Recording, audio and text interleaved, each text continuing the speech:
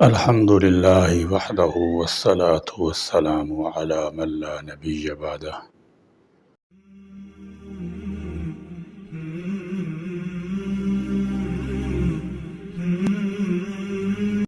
ابراہیم افریقی آج کی دنیا میں ظلم کے خلاف ڈٹ جانے والا ایک جرأتمند رہنما بن کر ابھرا ہے۔ اس نے مغربی طاقتوں، خاص طور پر امریکہ اور فرانس کے خلاف علم بغاوت بلند کرتے ہوئے واضح پیغام دیا کہ افریقہ صرف افریقیوں کا ہے۔ مغرب کے تمام سفارتخانے بند کر کے اس نے اپنی خودداری اور آزادی کا ناقابل تردید ثبوت دیا۔ ابراہیم تراورے جو ایک کیپٹن رہ چکا ہے، حضرت بلال حبشی رضی اللہ تعالی عنہ کو اپنا آئیڈیل مانتا ہے اور کہتا ہے کہ میں بھی ان کی طرح درد سہنے کو تیار ہوں۔ اس کا نعرہ ہے دنیا کو ہماری ضرورت ہے، ہمیں دنیا کی نہیں۔ اس نے ایمان سے لبریز ہو کر کہا لا الہ الا اللہ، اللہ اکبر۔ آج لیبیا، ایتھوپیا اور پورے بلیک افریقہ کے عوام اس کی پشت پر کھڑے ہیں۔ ابراہیم افریقی نہ صرف افریقہ بلکہ امت مسلمہ کی آواز بن چکا ہے۔ ہم بحیثیت مسلمان پاکستانی اس حق کی آواز کا ساتھ دیتے ہیں کیونکہ یہ مظلوموں کی جنگ ہے۔ اس نے اپنے حالیہ انٹرویو میں کہا غریب ضرور ہوں مگر خوددار ہوں۔ جس بھی ملک سے بات کروں گا اپنی قوم کے لیے امداد نہیں، برابری کی بنیاد پر کاروبار کی بات کروں گا۔ کیپٹن ابراہیم تراورے جس نے افریقہ میں خاموش انقلاب کی بنیاد رکھ دی ہے، جو 36 سال کی عمر میں برکینا فاسو اور دنیا کے سب سے کم عمر صدر بنے، کیوں آج ہر نوجوان اسے جاننا چاہتا ہے؟ کون سے کارنامے ہیں جو اس نے کیے ہیں اور بین الاقوامی سطح پر تیزی سے ابھرا ہے؟ 14 مارچ 1988 میں پیدا ہونے والا ابراہیم تراورے نے 2010 میں فوج میں داخلہ لیا اور تعلیم بھی جاری رکھی۔ فوج میں اس نے جارجس ناملولو ملٹری اکیڈمی ٹریننگ لی۔ اس نے یہاں رہتے ہوئے ہر قسم کی فوجی تربیت حاصل کی۔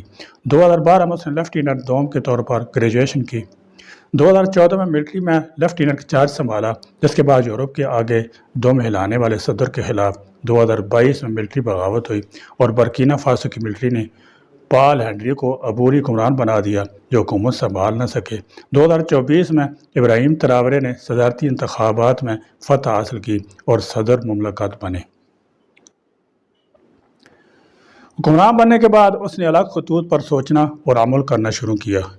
اس نے غور کیا کہ افریقہ دنیا میں سب سے غریب، بھوکا اور پیاسا کیوں ہے، جبکہ افریقہ کے پاس معدنیات کی کمی نہیں ہے۔ سونے سے لے کر ہیرے، تیل، یورینیم اور دوسرے ذخائر کی بہتات ہے، جبکہ اس کے برعکس مغربی میڈیا افریقہ کا غربت بھرا منظر پیش کرتا ہے، جس میں بچے ننگے پاؤں جگہ جگہ غربت کا راج ہے۔ ابراہیم تراورے کی سمجھ میں اس کی اصل وجہ ہے کہ امریکہ اور یورپی ممالک، خاص کر فرانس، یہاں کی بیش قیمت چیزوں کو نکال کر لے جاتے ہیں اور یہاں کے لوگوں کا استحصال کرتے ہیں، انہیں مزدور غلام بنا کر رکھتے ہیں، انہیں روٹی کپڑا مکان بھی نہیں دیتے، ان کا خون چوستے ہیں، بدلے میں 2 وقت کی روٹی بھی ڈھنگ سے نہیں دیتے۔ افریقی لوگوں کو ہنر، تعلیم سے بے بہرا رکھ کر ان پر منمانی حکومت کرتے ہیں۔ برکینا فاسو افریقہ کا ایک ملک ہے، یہاں کی آبادی 2 کروڑ 25 لاکھ ہے۔ اس کا رقبہ 2,47,223 مربع کلومیٹر ہے۔ یہاں کے لوگ مور، پیسا، نیولا اور فیولا زبانیں بولتے ہیں۔ یہ چاروں زبانیں یہاں کی سرکاری زبانیں ہیں، مگر اس کے بیشتر اداروں، تعلیم گاہوں میں انگریزی، فرانس زبانیں استعمال ہوتی ہیں۔ یہ ایک مسلم اکثریتی ملک ہے۔ یہاں کی کل آبادی 63.8% مسلمان ہے، 26% کرسچن، باقی دوسرے مذہب کے لوگ آباد ہیں۔ اس ملک میں غریبی بہت ہے، کھانے کو 3 وقت کھانا میسر نہیں، پینے کی پانی کی قلت ہے، زیادہ تر نوجوان فرانسیسی اداروں میں پڑھتے ہیں۔ ابراہیم تراورے نے یورپ کے مفادات خانے بند کر دیے، روس کی فوج کو ملک سے نکل جانے کا حکم دیا ہے، معدنیات کے ذخائر کو تحفظ فراہم کرنے کے لیے تمام لائسنس رد کر دیے، پورے یورپ اور امریکہ میں زلزلہ آ گیا۔ برکینا فاسو کے صدر ابراہیم تراورے نے اپنی ایک بیان میں جو باتیں کی وہ دل کو چھوتی ہیں، ساتھ ہی وہ تمام باتیں آج نہیں تو کل افریقہ اتحاد کے لیے بنیاد کا پتھر ثابت ہوں گی۔ ویسے بہت سے افریقی ممالک اب اسے متحد افریقہ کا خواب دیکھ رہے ہیں۔ انہوں نے یورپ کے بیشتر ممالک اور امریکہ کے میڈیا کو للکارتے ہوئے کہا کہ CNN، BBC، فرانس 2024 میں تم سب کو دیکھ رہا ہوں، میں تمہارا ہر جھوٹ ریکارڈ کر رہا ہوں۔ میں تمہارے ذریعے بنائی گئی توڑی مروڑی باتوں کو جمع کر رہا ہوں۔ میں ابراہیم تراورے ہوں اور آج میں تمہارا نقاب اتار رہا ہوں۔ جسے تم ایک نوجوان فوجی حکمران کہتے ہو، جسے تم ایک خطرناک دہشت گرد کہتے ہو، جسے تم مغر و مخالف ٹاٹا شاہ کہتے ہو، آج میں تمہیں سچائی بتا رہا ہوں۔ اور اس بار تم مائک بند نہیں کر سکتے، اس بار تم اپنے کیمرے نہیں ہٹا سکتے، اس بار تمہارے ایڈیٹر اس تقریر کی ایڈیٹنگ نہیں کر سکتے، کیونکہ اب وہ زمانہ نہیں رہا۔ اب کروڑوں لوگ یہ باتیں سنیں گے تمہارے فلٹر سے گزرے بنا، تمہارے جھوٹ میں لپٹی گندگی سن کر میں اتنا بڑا ہو گیا۔ میں نے اپنی زندگی کے دن تمہارے جھوٹ میں گزارے۔ بچپن میں ٹی وی پر افریقہ دیکھا کرتا تھا، ہمیشہ وہی تصویریں، مکھیاں بنبناتے، بچے بھوک سے بلبلاتے، لوگ پانی کے لیے ترستے، عورتیں سوکھی کھیتیاں، بنجر زمینیں، بے بس مزدور، کالے سیاہ دھوپ میں تپتے جلتے لوگ چوری چکاری کرتے۔ یہ افریقہ ہے، تم نے بتایا، ہمیں خود شرم آنے لگی۔ پھر میں بڑا ہوا، میں نے تعلیم حاصل کی، ریسرچ کی اور سوال قائم کیے، تو مجھے اچھی طرح سمجھ میں آ گیا کہ جو افریقہ تم نے ہمیں دکھایا تھا اور بتایا تھا، جو کہانی تم نے ہمیں سنائی تھی وہ جھوٹی تھی، جو قسمت تم نے طے کی تھی وہ پہلے سے لکھی ہوئی ایک اسکرپٹ تھا۔ تم نے افریقہ کو ایسے پیش کیا جیسے یہاں انسان نہیں جانور بستے ہیں۔ ہر دن یہی کہانی تمہاری اسکرین پر ہوتی ہے۔ جب کوئی افریقہ کہتا تو تمہاری لغت میں صرف بھوک، جنگ، بیماری، بدعنوانیاں، دہشت گردی، لاقانونیت کا ہی ذکر ہوتا۔ نہ امید، نہ کامیابی، نہ فروغ، نہ مزاحمت، نہ عزت احترام، نہ فخر، نہ فتح۔ تو میں تم سے پوچھتا ہوں، new York Times, Washington post, guardian time magazine وغیرہ نے کبھی افریقہ کی کامیابیوں کو سرخی بنایا؟ کتنی بار تم نے روانڈا کی ٹیکنالوجی انقلاب کے بارے میں لکھا؟ کتنی بار تم نے ایتھوپیا کے نشاط ثانی کو دکھایا؟ کتنی بار تم نے بوتسوانا کی جمہوری کامیابی کی تعریف کی؟ کتنی بار تم نے کینیا کی انٹرپرینورشپ کی داستان سنائی تھی؟ نہیں، کیونکہ یہ سب تمہاری تحریر کردہ اسکرپٹ میں فٹ نہیں بیٹھتا۔ تمہاری افریقہ کی کہانی میں افریقہ تو کامیاب ہو ہی نہیں سکتا۔ کیا کبھی تمہارے کسی ایڈیٹر یا رپورٹر نے سوچا کہ دنیا کے سب سے امیر زمینوں میں بسے لوگ غریب کیوں ہیں؟ دنیا کا 70% کوبالٹ، 3% سونا، 65% ہیرے، 35% یورینیم وغیرہ افریقی ممالک کو ملتا ہے، پھر بھی افریقہ انتہائی غریب ہے۔ امریکہ، یورپ اور خاص کر فرانس یہ سب یہاں سے لے کر جاتا ہے، اور بیچارہ افریقہ غریب کا غریب ہی ہے۔ مگر اب حالات بدل گئے ہیں۔ برکینیا کی صدر ابراہیم تراورے کے اس بیان نے پوری دنیا، خاص کر امریکہ اور یورپ میں کھلبلی مچا دی ہے۔ وہاں کے حکمران ابراہیم کو صف ہستی سے مٹانے کے منصوبے بنا رہے ہیں۔ امریکہ اور اس کے یورپین اتحادی بہت ساری چیزوں پر اختلاف رکھ سکتے ہیں، لیکن جہاں تک افریقہ اور تیسری دنیا کے لوگوں کا معاشی استحصال ہو اور ان کے کنزیومر بنانا ہو، مقامی ذخائر لوٹنے ہو، من پسند فوجی آمر ہو، یا جمہوریت کے لبادے میں ایک ڈکٹیٹر کو نافذ کرنا ہو، اس پر ان کا روز اول سے اتفاق ہے۔ ابراہیم نے روس اور چین کے ساتھ مل کر اپنے ملک میں انقلابی تبدیلیاں لانے شروع کر دی ہیں۔ اسپتال، اسکول، کالج، یونیورسٹی، بازار، کشادہ سڑکیں، بڑی بڑی عمارتیں، معدنیات کی ترقی یافتہ بڑے بڑے کارخانے، صنعتیں، جنگ میں استعمال ہونے والے ہتھیار، جنگی جہاز، ٹینک توپ بنانے اور لینے کے طریقے استعمال کیے جا رہے ہیں۔ نئے نئے پروجیکٹ لگائے جا رہے ہیں، نیوکلیئر پلانٹ کی تیاری چل رہی ہے، معاہدے ہو رہے ہیں۔ معدنیات سے حاصل ہونے والی رقم کا بہت بڑا حصہ ملک کے فروغ میں اور فوج کے شعبے میں خرچ ہو رہا ہے۔ فرانس کا ملدخل بالکل ختم ہو رہا ہے، اس کی بہت ساری پالیسیاں اور ادھورے کام ہیں۔ $1 ارب زراعت کے لیے مقرر کیے گئے تاکہ پیداوار بڑھائی جا سکے۔ مائنز کا ٹھیکہ روسی چائنیز کمپنی کو دیا گیا۔ ابراہیم تراورے ہر وقت اپنے ملک، اپنے لوگوں کو سوچتا ہے۔ اس نے سوچا کہ برکینا فاسو میں سونا تو بہت ہے، مگر فائدہ دوسرے ملک اٹھا رہے ہیں۔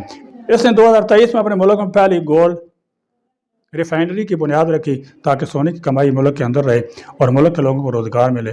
اس نے غیر ملکی کمپنی سے سونے کے پرمٹ واپس لینا شروع کیے اور کئی ایسی کانوں کو سرکاری تحویل میں لے لیا جو اس سے پہلے برطانیہ کے قبضے میں تھی۔ یہ اقدام مغربی ممالک کے لیے اعلان جنگ تھا کہ اب افریقہ کے لوگ جاگ چکے ہیں، اب آپ کو وہ لوٹ مار نہیں کرنے دیں گے۔ اس نے اگست 2024 میں IMF سے $32 ملین لینے سے انکار کیا اور کہا کہ ہم اپنے پیروں پر کھڑا ہونا ہے۔ ابراہیم تراورے نے دفاعی، معاشی، سماجی سطح پر اہم فیصلے کیے۔ اسے پتہ تھا کہ میرے ملک کی اکثریت خوراک کی کمی کے باعث بھوکس ہوتی ہے۔ روس سے بات کی تو اس نے 25,000 ٹن گندم بطور امداد فراہم کی، مگر ابراہیم تراورے امداد پر انحصار کرنے والا آدمی نہیں ہے، اس لیے اس نے ہزاروں کے حساب سے زرعی مشینری چین سے منگوائی اور اپنے کسانوں مفت بانٹ دی۔ آزادی کے 60 سال گزرنے کے باوجود برکینا فاسو کی 80% آبادی بجلی سے محروم تھی۔ ابراہیم تراورے نے چین کی مدد سے 25,000 میگا واٹ کا بڑا سولر پلانٹ لگایا تاکہ کم وقت میں زیادہ لوگوں تک روشنی پہنچ سکے۔ روس کی مدد سے برکینا فاسو میں نیوکلیئر پلانٹ لگایا جا رہا ہے تاکہ نیوکلیئر انرجی سے بجلی پیدا ہو سکے۔ ابراہیم تراورے دیہاتوں کو شہروں سے ملانے کے لیے بڑی بڑی سڑکیں بنا رہا ہے، وہ اس کو تجارت اور معاشی ترقی کے لیے ضروری سمجھتا ہے۔ ابراہیم تراورے نے حال ہی میں خلیجی حکمرانوں کو 400 مساجد کی پیشکش کو یہ کہہ کر واپس کیا ہے کہ آپ یہ امداد فلسطین کے لوگوں کو دیں کیونکہ فلسطین میں ہمارے بہن بھائیوں کی غذائی قلت کا سامنا ہے۔ تراورے کی ابتدائی کاموں میں برکینا فاسو کا پہلا اسٹیٹ بینک، کسانوں کے لیے فری ٹریکٹروں کی فراہمی، بیج اور کھاد پر کسانوں کے لیے سبسڈی، دو مسافر جہاز اور دیگر اصلاحات شامل ہیں۔ برکینا فاسو اس وقت دنیا میں سونے کی پیداوار میں 13ویں نمبر پر آتا ہے، لیکن سامراج کی لوٹ مار کی وجہ سے اس کا GDP صرف 18 ارب ڈالر ہے۔ تراورے کہتا ہے کہ وسائل سے مالا مال افریقہ دنیا کا غریب ترین خطہ کیوں ہے۔ افریقی حکمرانوں کو سامراج کے سامنے کٹھ پتلیاں نہیں بننا چاہیے، ایک نیا سورج طلوع ہو رہا ہے۔ افریقہ کے لوگوں کو ابراہیم سے بہت ساری امیدیں ہیں۔ تراورے نے فرانس کے فوجیوں کو بھی ملک سے نکال دیا ہے، جبکہ خارجہ پالیسی میں وہ چین اور روس کے قریب ہو رہا ہے۔ روس کے حالیہ دورے پر تراورے نے یہ کہہ کر داد حاصل کی کہ برکینا فاسو کو معدنیات اور عسکری شعبوں میں مدد کی ضرورت نہیں۔ صدیوں سے ان دو کاموں کے لیے مغرب ہمیں استعمال کر رہا ہے۔ عوام کو تعلیم، جدید ٹیکنالوجی کی ضرورت ہے تاکہ ملک میں پائیدار ترقی کو یقینی بنایا جا سکے۔ چند عرصے قبل تراورے پر قاتلانہ حملہ اور فوجی بغاوت کی بھی کوشش کی گئی۔ اس سے پہلے بھی درجن بار حملے ہو چکے ہیں جن کو ناکام بنا دیا گیا، لیکن اس واقعے نے اس کی مقبولیت میں مزید اضافہ کر دیا۔ پاکستان کو بھی آج ایک ایسی سمت میں جانے کی ضرورت ہے جہاں پر وہ تعلیم، ٹیکنالوجی، جدید سائنس سے مستفید ہو سکے۔ اس کے لیے IM زدہ معیشت اور ڈالری جنگوں سے جان چھڑا کر ترقی کی طرف بڑھنا ہوگا تاکہ ملکی دفاع، سماجی ہم آہنگی ممکن ہو سکے۔ لیکن افسوس کہ آج ہم الٹی سمت میں چل رہے ہیں۔ گلگت بلتستان اور خیبر پختونخوا میں معدنیات کے نام پر لوٹ مار اور مسلسل جنگ کے علاوہ کوئی پلان بھی موجود نہیں۔ افریقہ سامراجی تسلط کو چیلنج کر کے علاقائی ہم آہنگی، اندرونی اصلاحات اور آزادانہ خارجہ پالیسی کے ذریعے ایک متبادل پیش کر رہا ہے۔ پاکستان کے عوام کو ان تجربات کی روشنی میں اپنے مستقبل کا لائحہ عمل تشکیل کرنا ہوگا تاکہ معدنیات کی لوٹ مار اور ڈالری جنگوں کا راستہ روکا جا سکے۔ توقع ہے کسی جدوجہد سے پوری افریقہ میں خاموش انقلاب برپا ہوگا جو افریقہ سے غربت اور افلات کا خاتمہ کر دے گا۔ 36 سالہ ابراہیم تراورے افریقی ملکوں کے لیے رول ماڈل بن چکا ہے۔ اسے دیکھ کر اقبال کا شعر یاد آتا ہے کہ یار اب دل مسلم کو وہ زندہ تمنا دے جو قلب کو گرما دے، جو روح کو تڑپا دے۔ آمین وآخر دعوانا الحمدللہ رب العالمین۔